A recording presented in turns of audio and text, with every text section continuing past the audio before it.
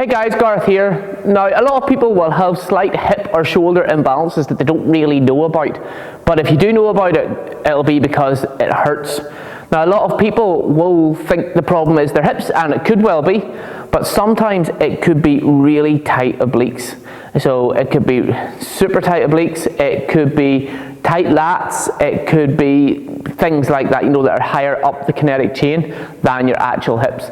So what we're going to do is we're going to do a nice little stretch called the doorway stretch, and we're going to use a post. Now, obviously it's called the doorway stretch because you can use a what? That's right, you can use your doorway at home. So all we're going to do is we're going to hold on, we're going to come in nice and close, we're going to reach up above. From there, you're going to put your hand here, just as a little brace, and you're going to lean out.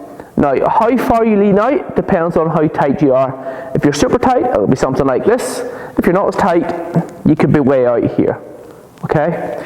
So, you lean out, really try and breathe into it. You'll feel it all the way down here. And what you can do is you can alter where the stretch goes. So you can rock your shoulder back, rock this shoulder back the way to bring it round more into the lats.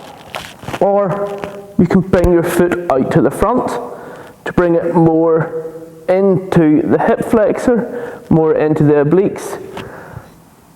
That's an excellent, excellent stretch. So if you have one leg that's slightly longer than the other, that's probably going to help you loosen off a little bit and help fix that sort of imbalance. The same with shoulders. If you've got one shoulder that's being pulled down, it could be because you've got super tight lats or super tight serratus.